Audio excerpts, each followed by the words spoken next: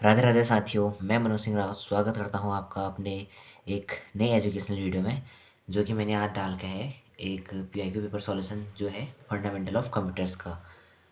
क्योंकि 26 को पेपर है बीएससी वालों का, तो इसको देखते हुए तो मैंने कहा था, पहले तो कहा था मैंने 24 को डालूंगा पेपर, बट फिर मैंने डाल दिया आज 22 को डाला, क्योंकि मैंने लगा कि इसकी तैयारी आप अच्छे से कर सके तभी। बाकी जो भी और अच्छे इंपोर्टेंट नोट होंगे मैं आपको इस वीडियो अगली वीडियो में बताते रहूँगा। अभी हम क्या करते हैं, फंडामेंटल ऑफ कंप्यूटर्स का जो पेपर है उसको सॉल्यूशन करते हैं, ठीक है। और जो ये पेपर है गाइस, ये है 2023-24 का पेपर है, यानी पिछले ईयर का। आप एसएसजीयू की वेबसाइट पे जाकर भी चेक कर सकते हैं कि ये पेपर मिल जाएगा आपको, ठीक है। पेपर चेक करते हैं, उसका सॉल्यूशन मैंने अच्छे से कर रखा है। आप मैंने जैसे कर रखा है, आप उसको अपने जो थ्योरी एग्जाम में जो भी पेपर है उसमें सेम टू डिक्टो ऐसे ही लिख सकते हैं, ठीक है। आप अच्छे से याद करिए, आप अच्छे से देखिए, याद करने की ज़रूरत नहीं है, एक बार पढ़ लेते हैं तो आप उसको समझ में आ जाएगा। ज़्यादा कुछ टफ भी नहीं है। बाकी अच्छा सब्जेक्ट है। मुझे तो यहाँ लगता है कि जो कम्युनिकेशन था ना, कम्युनिकेशन से भी अच्छा है ये जो ये सब्जेक्ट है। इसका जो पेपर जब मैं सॉल्व कर रहा था, इसका आंसर देख रहा था, तो ये कम्युनिकेशन से अच्छा लगा मुझे। तो आई होप कि आप सभी को भी अच्छा लगे। बाकी गाइस जो अभी तक नया है चैनल पे, प्लीज़ चैनल को सब्सक्राइब भी ज़रूर कर देना और लाइक करना ना भूलें। अगर आप देख रहे हैं इस वीडियो को कंप्लीट देख रहे हैं तो इसको लाइक करना भी ना भूलें, क्योंकि अगर आप लाइक करते हैं और सब्सक्राइब करते हैं तो मुझे एक नया मोटिवेशन मिलता है, ताकि मैं और अच्छा करूँ अगली वीडियो में, और अच्छे अच्छे कंटेंट लेके आऊँ आपके लिए। तो ठीक है, बढ़ते हैं, ज़्यादा ज्ञान न देते हुए और सीधे आगे को बढ़ते हैं, ठीक है। तो ये हमारा बीएससी फर्स्ट सेमेस्टर का पेपर है। इसको बायो वाले भी और पीसीएम ग्रुप वाले भी। बाकी बीएससी वालों का हो चुका है और बीकॉम वालों का पता नहीं मुझे, बट आप देख सकते हैं आप आगे हो। बीए वालों का भी नहीं हुआ है अभी, ठीक है। तो देख सकते हैं गाइस आप मैं ज़्यादा कराऊंगा नहीं, मैं केवल क्वेश्चन पढ़ूंगा, बाकी आंसर आपको खुद पॉज करके देख लेने हैं हमेशा की तरह, क्योंकि नहीं तो बहुत लंबा टाइम लग जाएगा, बहुत ही लंबी वीडियो बन जाएगी। इतना इतना टाइम ना मेरे पास है ना आपके पास है। तो लगा सकते हैं कि मैंने परसों कहा था कि आपको मैं ये वीडियो 24 को डालूंगा, तो लगा सकते हैं कि मैंने मेहनत करी होगी बहुत ज़्यादा इसको सॉल्व करने के लिए और इधर उधर से आंसर ढूंढने के लिए। तो कल शाम को मैंने कहा भी था कि मैं इसको डाल दूंगा करके कल तक। तो मैं अपना वादा तो पूरा किया, बस अब आप लोग अपना अपना वादा ज़रूर करें। इस वीडियो को ज़्यादा से ज़्यादा शेयर करें, सभी लोगों के पास पहुंचाएं और लाइक करना ना भूलें। और जिसको समझ में आता है अच्छे से वो कमेंट में भी ज़रूर बताएं, और जिसको नहीं भी समझ में आता है फिर से कमेंट में ज़रूर बताएं। इस पेज का आई होप कि आपने वो ले लिया होगा पॉज करके। देखिए सेकंड पेज। हाँ, मैं क्वेश्चन पढ़ना तो भूल गया ना फर्स्ट, तो क्वेश्चन पढ़ लेते हैं।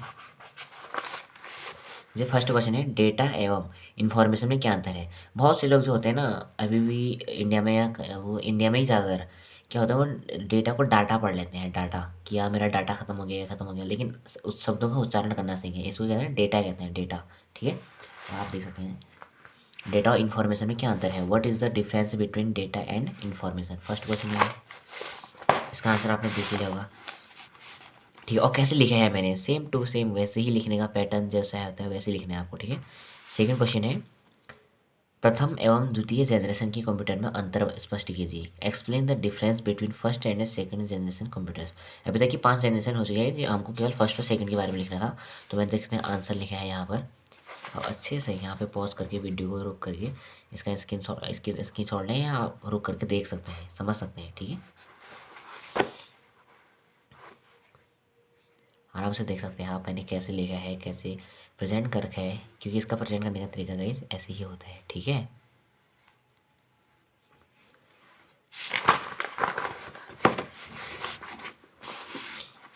ये सेक्शन ए चल रहा है गाइस।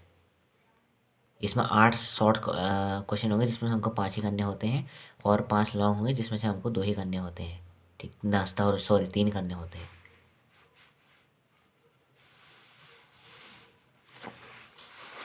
मैंने और करके भी लिखा है, देख सकते हैं आप आराम से। इतना समझने के बाद ये और भी ज़्यादा ऐड कर रखा है इसमें, क्योंकि हर जगह से निकाला है ना मैंने। आप पॉज करके आराम से देख सकते हैं। और हाँ गाइस, बहुत लोगों का ये समस्या आ रही कि हम हिंदी में लिखें या इंग्लिश में लिखें, किस में लिखेंगे। तो मैं क्लियर कर देना चाहता हूँ कि अगर आपका पेपर केवल इंग्लिश में ही इंग्लिश में आता है, किस में आता है, केवल इंग्लिश में ही इंग्लिश में आता है, तो आपको केवल वो पेपर जो होगा आपको इंग्लिश में ही लिखना पड़ेगा पूरा, ठीक है। अगर दोनों में लैंग्वेज में आता है, हिंदी और इंग्लिश में आता है, तो आप हिंदी वाले हिंदी में लिख सकते हैं और इंग्लिश वाले इंग्लिश लैंग्वेज में भी लिख सकते हैं, ठीक है, अब तो आप लोगों की जो समस्या थी सारी दूर हो चुकी होगी ना, क्योंकि बहुत लोग पूछ रहे थे कि किस में लिखेंगे किस में लिखेंगे, क्योंकि इससे पहले वाला पेपर इंग्लिश में ही आया था पूरा फंडामेंटल का, वो हिंदी में नहीं आया था। उसमें बहुत सारे की बैग भी आई थी, बहुत सारों ने हिंदी में किया था, इवन मेरी पहचान मेरे रिलेटिव जो है उनकी भी बैग आई थी उसमें, क्योंकि उनको वो हिंदी मीडियम से पढ़े थे और उन्होंने पेपर आ गया था वहाँ इंग्लिश में, तो उन्होंने हिंदी में लिख लिया वहाँ भी, उसमें भी। तो इसमें बैग भी आ सकती है, ऐसा नहीं समझना है। तो ये सब इम्पोर्टेंट सब्जेक्ट है और बहुत ही इंटरेस्टिंग भी है, आराम से समझिए। ठीक है, अभी टाइम है, 3-4 दिनों का टाइम है, आराम से कर सकते हैं आप। थर्ड क्वेश्चन है, कंप्यूटर सिस्टम का ब्लॉक आरेख बनाइए। जो ब्लॉक आरेख बनाना होता है ना, उसमें ड्रॉ नहीं बनाना होता है। ब्लॉक आरेख ऐसा होता है, जैसे मैंने कर रखा है आपको, ऐसे समझाना होता है। ठीक है, पॉज करके आराम से समझ सकते हैं। और कहीं भी राइटिंग समझ में नहीं आ रही हो तो बता सकते हैं, बहुत ही बेकार राइटिंग है, आप लोग की अच्छी होगी। नेक्स्ट क्वेश्चन में आते हैं, किन्हीं दो आउटपुट डिवाइसेस की क्रियाविधि समझाइए। Explain the working of any two output devices. ठीक है, कैसे हेडिंग डाल रखा है मैंने, कैसे लिख रखा है, प्रेजेंट करने का तरीका देख सकते हैं आप। पॉज करके आराम से वीडियो को देख सकते हैं। अगर मैं बताने में लगे, मैं पढ़ने में, इसको अगर ऐसे समझाने में लगे तो बहुत टाइम लग जाएगा, और इसमें समझाने वाली कोई चीज़ है नहीं। बाकी जो कंप्यूटर करते हैं गाइस, जो कंप्यूटर जाते रहते हैं पिछले 1 साल से 2 साल से, तो उनके लिए तो बहुत ही बढ़िया चीज़ है, उनको तो आराम से समझ में आ जाएगी चीज़ें। फिर उसके बाद देख सकते हैं आप, आराम से समझिए, कोई वो दिक्कत नहीं है, पॉज करके आराम से देख सकते हैं। ठीक है, नेक्स्ट क्वेश्चन है, वर्ड डॉक्यूमेंट की सारणी में हम नई पंक्ति और स्तंभ कैसे इंसर्ट कर सकते हैं। How can we insert new rows and columns in a table in a Word document. ठीक है, तो इसका आंसर देखते हैं। तो इसका उत्तर देखिए, आराम से पॉज करके आप इसको समझ सकते हैं। और गाइस, जिसको भी समझ में नहीं आएगा आप मुझे कमेंट में ज़रूर बताएं, ताकि मैं जो नेक्स्ट वीडियो डालूंगा फिर इसके बाद मैं उसमें समझा के डालूँ उसको पूरा, है ना। क्योंकि कंप्यूटर तो अब देखो 8th से छूट गई थी, 8th तक थी कंप्यूटर, 8th में पढ़ा था, उसके बाद वो भी खाली नॉर्मल बेसिक चीज़ें। अब यहाँ फंडामेंटल ऑफ कंप्यूटर्स माइनर में आ गया, तो आसानी से कुछ समझ भी जैसा नहीं आया ना। तो इन चीज़ों में मेरी भी उतनी ज़्यादा पकड़ नहीं है, बट फिर भी मैं पेपर सॉल्यूशन करके डाल देता हूँ। आप लोग समझदार होंगे, आप लोग समझ जाए ना। अब आते हैं नेक्स्ट क्वेश्चन। जो हमारा नेक्स्ट क्वेश्चन है गाइस, वो है यूनिक्स की सीपी और ग्रेप कमांड को स्पष्ट कीजिए। Explain CP and grep command of Unix with example. ठीक है, हम इसको पढ़ लेते हैं। यूनिक्स क्या होता है। यूनिक्स कमांड का एक सेट है जिसका उपयोग यूनिक्स ऑपरेटिंग सिस्टम के साथ बातचीत करने के लिए किया जाता है। यूनिक्स एक शक्तिशाली बहुउपयोगकर्ता मल्टीटास्किंग ऑपरेटिंग सिस्टम है जिसे 1960 के दशक में बेल लैब्स द्वारा विकसित किया गया था। ठीक है, इतना पढ़ लें, बाकी आप पॉज करके इसको समझ सकते हैं। भाई इस वीडियो को ज़्यादा से ज़्यादा शेयर करें ताकि आपके साथ साथ और लोगों की भी मदद हो जाए। और मैंने जैसे लिखा है वैसे लिखना, यहाँ पे कंफ्यूज मत होना। जैसे ना सीपी स्रोत, नीचे ऐसे डैश है, फाइल गंतव्य डैश फाइल, ऐसे ही लिखना है जैसे मैंने लिखा है। ठीक है, वैसे उदाहरण के लिए फिर सीपी फाइल है, सीपी फाइल 1 डॉट, यहाँ पे डॉट है, टेक्स्ट है TXT, ऐसे लिखना। फाइल ये पूरा चिपका के है। ठीक है, फाइल 2 डॉट टेक्स्ट। ठीक है, इस कमांड के द्वारा ऐसे फील्ड ये चिपका के है यहाँ पे गाइस पूरा। अब यहाँ पे कन्फ्यूज मत होना कि ये कैसे लिख रखा है कैसे नहीं हो रखा है, तो मैं आपको क्लियर कर देना चाह रहा हूँ पहले ही। वैसे यहाँ पर grep hello file 1 dot text. अब मुझे इन चीज़ों के बारे में कुछ पता नहीं है कैसे भी, क्योंकि मैंने खेल पेपर सॉल्व करके डाल रखा है, मुझे इन चीज़ों के बारे में भी कुछ पता नहीं है। CP ग्रेप क्या होता है कमांड, क्योंकि मैंने कंप्यूटर के बारे में कुछ ज़्यादा पढ़ा नहीं है। ठीक है, ये हो गया। पॉज करके आराम से देख सकते हैं वीडियो, समझ सकते हैं। अगर ऐसा भी नहीं है, इसमें ऑप्शन होता है ना कि 8 में से 5 ही करने हैं और 5 में से 2-3 ही करने हैं, तो आराम से कोई भी कर सकते हैं। ऐसा नहीं कि सभी करने होते हैं। मैंने तो सभी कर रखे हैं, क्योंकि सभी में से आपको जो समझ में आया जो अच्छा लगे मैंने तभी सभी कर रखे हैं। टाइम भी लगता है इसमें guys, बहुत ज़्यादा टाइम लगता है पेपर सॉल्व करने में, क्योंकि इसमें हमको आंसर भी ढूंढने होते हैं इधर उधर से। ठीक है, बाकी आप पॉज करके आराम से इसको देख सकते हैं।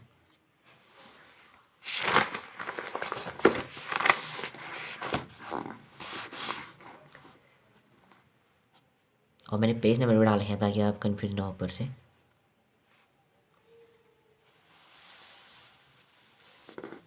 आराम से देख सकते हैं आप, पॉज करके आराम से पॉज कर लीजिएगा और उसके बाद इसको समझ लीजिएगा अच्छे से और याद भी कर सकते हैं। नेक्स्ट क्वेश्चन है डिजिटल सिग्नेचर की क्या भूमिका है, उदाहरण से स्पष्ट कीजिए। What is the role of digital signature, explain with example. ठीक है, 8वां क्वेश्चन है, यानी इस सेक्शन ए का लास्ट क्वेश्चन है। ठीक है, आराम से पॉज करके देख सकते हैं।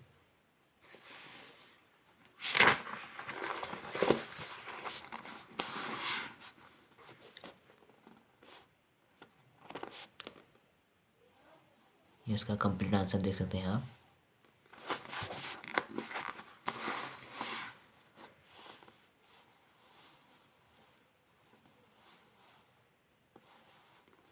आराम से पॉज करके ना आराम से समझ सकते हैं, कोई दिक्कत वाली बात नहीं है। ठीक है, यहाँ पर आपका कैच क्या होता है, सेक्शन ए खत्म होता है जिसमें 8 क्वेश्चन होते हैं और 8 क्वेश्चन में से आपको केवल 5 ही क्वेश्चन करने होते हैं। ठीक है, 5 ही क्वेश्चन करने होते हैं, आप कोई सा भी कर सकते हैं। इसलिए ज़्यादा ये नहीं कि 5 इसमें 5 यूनिटें हैं, 5 यूनिट में 3 ही यूनिट पढ़ के जाओ, लेकिन अच्छे से पढ़ के जाओ। 2 यूनिट छोड़ दो, कोई बड़ी बात नहीं है। ठीक है, नेक्स्ट है हमारा सेक्शन बी।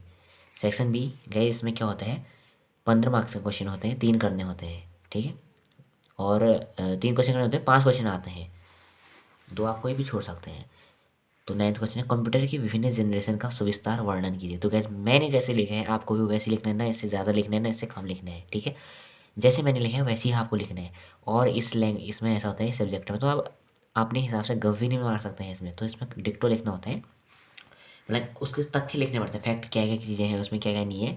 तो जैसे मैंने लिखा है आप उसको वैसे ही लिख सकते हैं और हमें पॉज करके आराम से देख सकते हैं वीडियो को, कोई दिक्कत वाली बात नहीं है। ठीक है,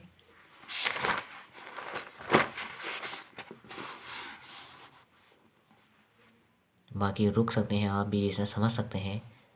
और कहीं पर समझ में नहीं आया तो कमेंट में ज़रूर बताएं, और समझ में आया तब भी कमेंट में ज़रूर बताएं कि कैसा लगा वीडियो, कैसा था। क्योंकि ये लास्ट पेपर सॉल्यूशन है बीएससी फर्स्ट सेमेस्टर का, फिर हम अलविदा ले लेंगे बीएससी फर्स्ट सेमेस्टर से। ठीक है, तो 9th क्वेश्चन भी हो गया, आते हैं 10th क्वेश्चन में। 10th क्वेश्चन है ऑपरेटिंग सिस्टम का क्या काम है, डोस विंडोज़ और यूनिक्स ऑपरेटिंग सिस्टम की विशेषताओं की तुलना कीजिए। यानी what is the job of an operating system, compare the features of dose Windows and Unix operating system in detail. अब जैसे कैसे मैंने तो ये हिंदी में भी सॉल्व कर रखा है, तो इसमें जो क्वेश्चन है वो इंग्लिश में भी लिख रखा है। क्यों? क्योंकि अगर कोई इंग्लिश मीडियम वाला ये वीडियो देख रहा है तो क्या करे, वो क्वेश्चन भी समझे और आंसर मैंने हिंदी में लिखे तो वो हिंदी में ट्रांसलेट, हिंदी का ट्रांसलेट इंग्लिश में कर सकते हैं ना, ईजी है ना। अगर मैं इंग्लिश में लिखूंगा तो इंग्लिश वाले को ट्रांसलेट करने में हिंदी वाले, जो हिंदी मीडियम वाला होगा उसको दिक्कत आ सकती है, लेकिन जो इंग्लिश मीडियम वाला होगा वो हिंदी को आराम से इंग्लिश में ट्रांसलेट कर सकता है। ठीक है, बाकी क्वेश्चन का आंसर आप आराम से पॉज करके देख सकते हैं, समझ सकते हैं, पढ़ सकते हैं। और वीडियो की ज़्यादा से ज़्यादा शेयर करें और लाइक करना तो बिल्कुल ही ना भूलें। ठंडों के दिन है, अपना भी ध्यान रखिएगा और अपने लोगों का भी ध्यान रखिए, क्योंकि मौसम चेंज होते जा रहे हैं बार बार और ठंड भी बहुत बढ़ रही है।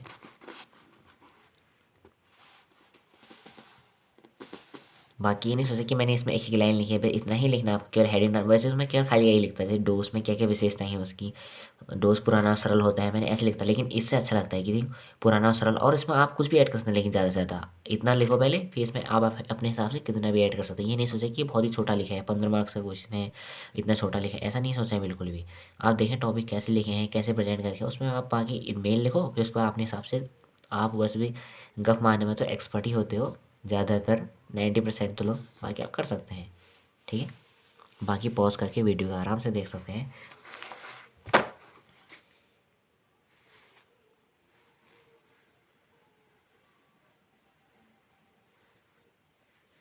अब आते हैं नेक्स्ट क्वेश्चन पे, 11th क्वेश्चन। मैं तो दिन भर क्रिकेट खेलने में डो ही रहता हूँ मतलब डो ही रहना मतलब आवारागर्दी। ठीक है, 11th क्वेश्चन, गाइडेड और अनगाइडेड मीडिया का सविस्तार वर्णन कीजिए। Describe various types of guided and unguided media in detail. ठीक है, तो आप आंसर भी देख सकते हैं आराम से। गाइडेड, हाँ थोड़ा मौज ऐसा लग रहा है, गाइडेड है, गो गो, आपको थोड़ा वो पेन का हो गया था ना उस वक्त लिखने वक्त।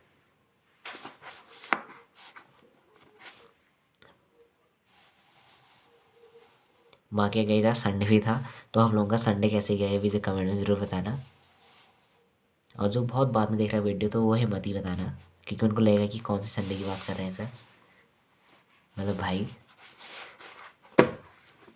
बाकी आप वीडियो आराम से पॉज करके देखें, कोई दिक्कत वाली बात नहीं है। अगर आपको पीछे अच्छे से नहीं दिखा तो एक बार आप पुनः देख सकते हैं इसको, ठीक है। पॉज कर लें आराम से, फिर रुक के देखें।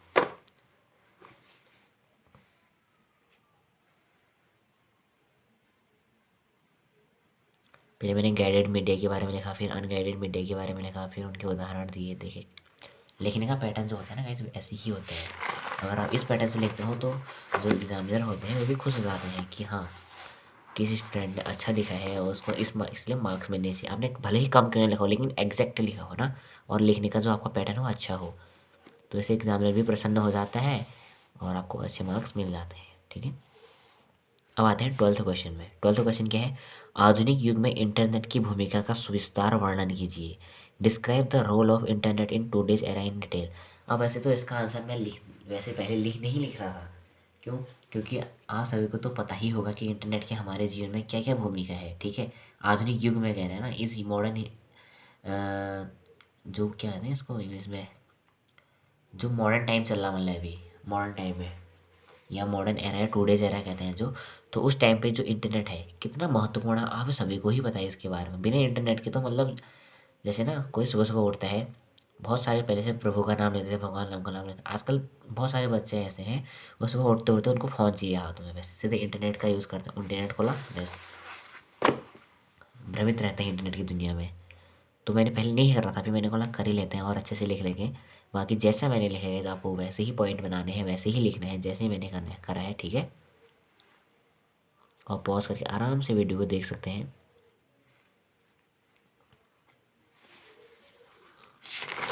ये वीडियो बहुत ही हेल्पफुल होगी आपके लिए भी और आपके आने वाले अगले सालों को जो BSc फर्स्ट सेमेस्टर में आएंगे ना, अगर उनकी माइनर सब्जेक्ट में मिलते हैं उनको, तो उनके लिए बहुत हेल्प होगा है, क्योंकि इस पेपर से बहुत क्वेश्चन बनेंगे उसमें से। और जैसे कि आपको सभी को पता है कि कम्युनिकेशन से वही डिक्टो, तो लगभग उसमें से 40 से ऊपर के तो मतलब वही पेपर से आया था, पुराने पेपर से जो मैंने सॉल्यूशन डाला था। तो इसमें से भी संभावनाएं हैं कि पूरे यही आए, मतलब इतने मार्क्स के आए ही आए। तो इस पेपर को अच्छे से पढ़ के जाएगा, ठीक है। बाकी पॉज करके देख लीजिए। अब आते हैं इस पेपर के लास्ट क्वेश्चन में, जो कि क्या है, निम्न पर संक्षिप्त टिप्पणी लिखना होता है। मतलब इसमें तो 4 दिए थे, 4 में 2 ही करने होते हैं ना। निम्न पर इसमें था क्वेश्चन ये था कि निम्न में से किन्हीं 2 पर संक्षिप्त टिप्पणी लिखिए। 4 दिए थे, मैंने इसलिए सारे कर रखे हैं ताकि आप सभी को सारे के बारे में पता हो सब। अगर कोई समझ नहीं आता है तो दूसरे के बारे में किसी होता है ना, किसी को ये आता है तो वो नहीं आता है, इसलिए मैंने चारों के चारों करके हैं। तो आप कंप्लीट देख सकते हैं इसको, और बहुत ही अच्छे नोट्स, और यही आप क्या कर सकते हैं वहाँ अप्लाई कर सकते हैं पेपर में।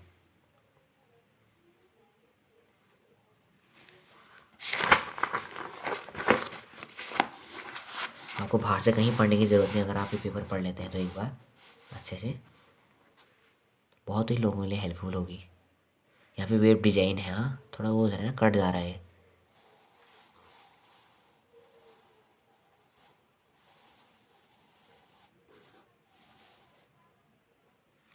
ठीक हो गया। अब भी आते हैं बी है मेमोरी के प्रकार, टाइप्स ऑफ मेमोरी। इसके बारे में शॉर्ट नोट्स लिखने हैं।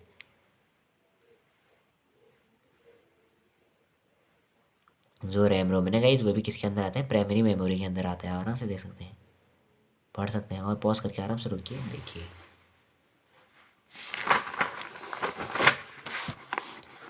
नेक्स्ट देखना, मैंने यहाँ कहीं आप इंग्लिश यूज़ करके, इंग्लिश हिंदी प्लस इंग्लिश आप ऐसे यूज़ करें तो और अच्छा भी लगता है, अट्रैक्टिव भी लगता है। अब आप स्कूल में नहीं, आप कॉलेज लाइफ में है, कॉलेज में है, तो ऐसे भी चीज़ें लिख सकते हैं, ऐसे भी लिख सकते हैं ताकि अच्छा इफेक्टिव लगता है ना। फिर एक वक्त के बाद आप पूरा इंग्लिश में ही लिखने लग जाओगे। ये हो गया, 2 भी हो गया ना, बी भी हो गया। अब आते हैं सी पे, यानी नेटवर्क टोपोलॉजी। नेटवर्क टोपोलॉजी पे, ठीक है। इस पे संक्षिप्त नोट ये रहे, आराम से देख सकते हैं आप।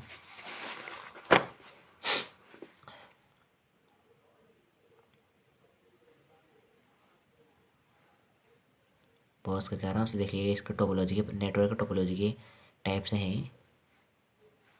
देन लास्ट में आता है नेटवर्क टोपोलॉजी के लाभ।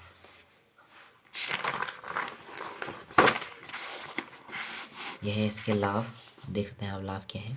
उच्च गति, सुरक्षा, विश्वसनीयता, लचीलापन। और इसके नुकसान भी, अगर किसी चीज़ के लाभ भी हो रहे हैं तो उसका नुकसान भी होता ही होता है गाइज। महंगी, जटिल, रखरखाव में मुश्किल। ठीक है, अब आते हैं गाइज लास्ट क्वेश्चन के लास्ट टॉपिक पे, जो कि है एंटीवायरस। आप सभी को पता होगा एंटीवायरस, जैसे आपका लैपटॉप होता है, कंप्यूटर होता है, इन चीज़ों में क्या होता है, एंटीवायरस की बहुत ज़्यादा ज़रूरत होती है।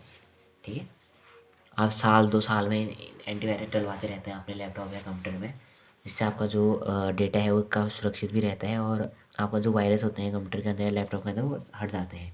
तभी तो उसका नाम एंटीवायरस है ना। तो आराम से पढ़ सकते हैं, इसको देख सकते हैं, पॉज करके रुकिए और पढ़िए, आराम से समझ जाएंगे आप। आपको ज़्यादा और कोई जरूर लिखने की ज़रूरत भी नहीं है ज़्यादा, आप पूरा वीडियो देखें बस अच्छे से।